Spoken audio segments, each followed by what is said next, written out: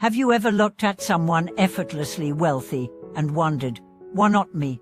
Have you ever believed that success is all about effort, determination, and grinding day and night? Welcome back to the channel. Today, we are going to completely shift your perspective. You may think you're working hard enough, that you're doing everything right, but somehow, success remains elusive. Could there be a deeper reason? Let's uncover a truth that Master Guangqin revealed decades ago, one that flips everything you think you know about fortune and prosperity. In modern society, the narrative is clear: work hard, and you'll succeed.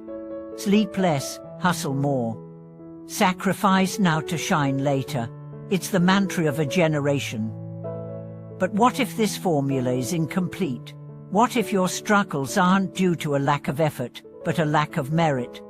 Master Guangqin once said, "When you see someone wealthy, don't just say he's lucky, understand that he sowed blessings in a past life."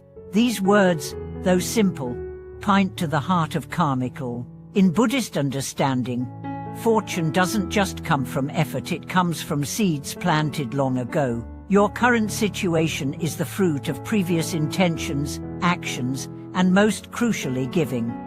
Let's tell a story. A young man, college-educated and fiercely driven, launches business after business, only to watch each one collapse. He blames the economy, the government, even luck. Then, one day, he meets an elderly monk who gently asks him, "Do you know what it means to plant fields of merit?" The man shakes his head. The monk says, "Your hands are full of ambition, but your heart is empty of generosity. How can fortune find you?" The man begins to reflect. He recalls that growing up, he never gave not time, not help, not money. He only knew how to take. From that moment, he changes. He begins volunteering. He donates small amounts regularly. He even helps his competitors without expecting anything in return. Slowly but surely, things shift. A new business idea catches fire. He gains loyal customers. Opportunities arise without effort. He realizes it wasn't just about working hard, it was about clearing the blocks within his karma. Wealth, in Buddhist terms, isn't just currency. It's a reflection of accumulated virtue, specifically, the virtue of giving. There are three main kinds: material giving, giving of knowledge, and giving of fearlessness. Each time you give without expecting return, you nourish your karmic field. Each generous act is like sunlight to a seed unseen, but transformative. But here's the catch: giving isn't transactional. You can't donate 10 and expect 100 in return. That's not generosity. That's investment. True merit arises when giving is pure from the heart, with no strings attached. When you give with open hands and an open heart, the universe responds, not always immediately, but always precisely. Let's explore another example. A woman works tirelessly at a corporate job. She does everything right, shows up early, stays late, hits her goals, but she never gets promoted. Meanwhile, a colleague who seems far more relaxed gets recognition and advancement. Frustrated, she goes to a retreat. There, a teacher explains, effort is the engine, merit is the fuel. Without blessings, the vehicle doesn't move. The woman realizes she's been trying to sprint on empty. She starts to shift, helping co-workers, donating regularly, and even thanking her parents more. Within months, her energy changes. She's noticed. Opportunities come. The ceiling lifts. Master Guangqin taught this clearly. The rich are not always virtuous, but the truly blessed always give. He meant that wealth can come from many sources: skill, timing, connections, but enduring wealth, the kind that nourishes the soul, only comes from virtue. Why do some people get lucky breaks again and again? It's not random.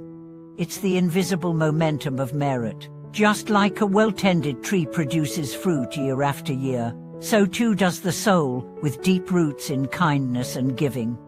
But this raises a question: what if you're poor now? Does that mean you were selfish before? Not necessarily. It might mean you're in a cycle of repayment. Maybe you're clearing past debts, but that's also a chance. Every generous act you do now plants a seed. And the best part, spiritual seeds never expire. What you sow now may bloom later in this life or the next, but bloom they will. Master Guangqin once advised a struggling devotee, even if you have only a bowl of rice, share it. That's the power of intent. The size of the gift doesn't matter. What matters is the sincerity behind it. One kind from the heart can outweigh a mountain of gold given for pride. Here's a common misconception: I'll give when I'm rich. But the truth is, you get rich because you give. It's not about amount, it's about attitude. Even a kind word, a smile, a helpful hand, all are forms of giving. Every act of service, every moment of support, adds to your karmic wealth. There's an old story. A beggar, with nothing but his voice, would chant sutras in the temple, dedicating the merit to others. People mocked him. "What good is your voice?" they said. But decades later, that beggar became a revered teacher. His speech moved thousands. His name spread across the land. Why? Because he gave what he had, his voice, with sincerity. That's the secret. The universe doesn't calculate value by numbers. It measures vibration, intention, resonance. When you give purely, your energy aligns with abundance. Let's also talk about the fear of scarcity, the belief that giving makes you weaker. In truth, giving makes you lighter. It unplugs the energy flow. When you hoard, energy stagnates. When you share, it circulates. Abundance isn't about possession, it's about flow. Master Guangqin's life was the embodiment of this. He lived simply, often with nothing but robes and a begging bowl. Yet people flocked to him. Donations poured in. Not because he asked, but because his virtue attracted it. He had emptied himself of greed, and in doing so, became a vessel of grace. His message was clear: don't chase fortune. Create it through kindness. If you want to be rich, be generous. If you want to be happy, be grateful. If you want to be powerful, empower others. This is the law of the spiritual economy. So ask yourself, what have I given today? Not just in money, but in presence, in patience, in compassion. Are you a source of nourishment to others? Or are you still waiting for your cup to be filled before you share it?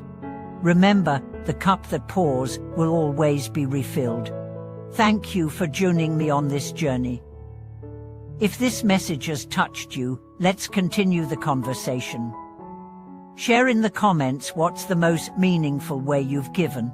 Have you ever seen your fortunes change after an act of kindness? Don't forget to like, subscribe, and share this video with someone who needs a reminder that giving is not losing, it's the start of abundance. Thanks for watching this video.